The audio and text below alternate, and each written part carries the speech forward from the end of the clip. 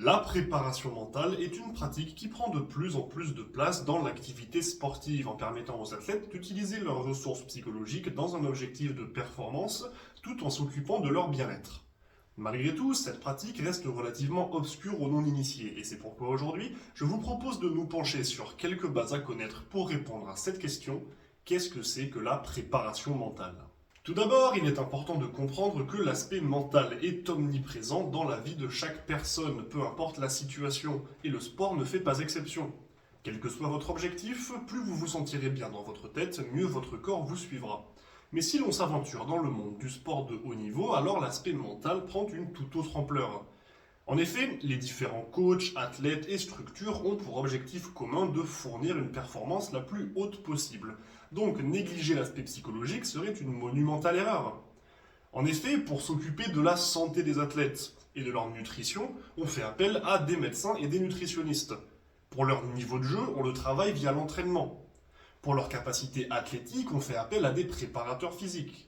Alors il est normal que des professionnels spécialement formés s'occupent d'éventuels problèmes mentaux.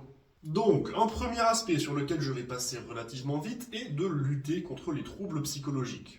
J'ai fait une vidéo sur la santé mentale dans le sport il y a quelques semaines, le lien est en description si le sujet vous intéresse. Et donc, il semble logique qu'en cas de troubles psychologiques, un accompagnement puisse rendre de fiers services. Un athlète qui est rongé par le stress, qui a les jambes qui tremblent dès qu'il rentre sur un terrain, qui n'arrive plus à manger ou à dormir, voire qui a totalement sombré dans la dépression, ne peut pas performer à son meilleur niveau. Et sur un plan humain, il serait désastreux de ne pas apporter d'aide à une personne qui souffre au quotidien. Voilà donc un des premiers aspects de la préparation mentale, aider les athlètes souffrant de troubles psychologiques. Mais pour beaucoup de personnes, la préparation mentale se résume à cela. Or, il ne faut pas oublier que la santé mentale, même en dehors du sport, est étudiée et gérée depuis des décennies par des professionnels spécifiques, psychologues et équivalents. Il est donc possible que dans ces situations, un préparateur mental se retrouve hors de son champ d'expertise. L'autre grande catégorie englobant les objectifs et les méthodes en préparation mentale concerne la performance directe. Lutte contre le stress, performance en compétition, capacité à gérer ses émotions ou à lâcher prise, les objectifs et les méthodes pour les atteindre sont nombreux.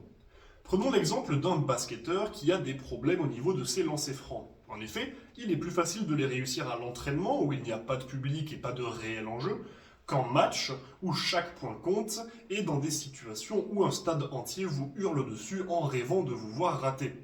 Dans cette situation, bien évidemment, il faut réussir à lâcher prise et à se concentrer sur un mouvement que l'on sait faire et que l'on a déjà réussi des centaines, voire des milliers de fois auparavant. Autre exemple, en haltérophilie, les mouvements sont relativement complexes et il faut donc réussir à générer de hauts niveaux de force tout en gardant une technique aussi propre que possible. Dans cette situation, la peur d'échouer peut compliquer la concentration et impacter négativement la performance.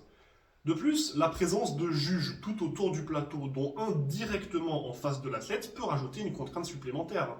Si vous avez déjà peur de rater et que vous avez du mal à vous concentrer sur votre technique, alors lever la tête et croiser le regard de la personne qui peut invalider votre essai peut vous faire complètement sortir de votre bulle.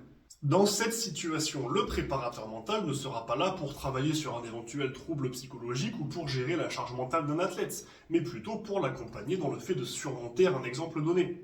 Cela peut passer par des méthodes comme l'imagerie mentale, où on va se représenter un mouvement dans sa tête sous plusieurs conditions et plusieurs facettes afin de s'y préparer. On peut également mettre en place des routines afin de rassurer l'athlète, comme dans le cas de nos lancers francs par exemple. Répéter les mêmes mouvements avant un exercice donné peut aider à reproduire en compétition la qualité gestuelle que l'on a à l'entraînement. Et il existe énormément d'autres méthodes, objectifs ou problèmes sur lesquels la préparation mentale peut agir. Alors oui, bien évidemment, les troubles psychologiques dans le sport de haut niveau, ça existe. Et la préparation mentale peut aider à lutter contre, mais ce n'est absolument pas son seul objectif. C'est une pratique beaucoup plus vaste que je ne peux bien évidemment pas entièrement couvrir en une seule vidéo. Alors j'espère quand même avoir pu vous donner quelques informations et que vous aurez trouvé cette vidéo utile. Si vous avez des questions sur ce sujet ou un autre ou des suggestions, n'hésitez pas à passer par les commentaires et vous pouvez également me contacter directement via mes réseaux sociaux. Les liens sont en description de la vidéo.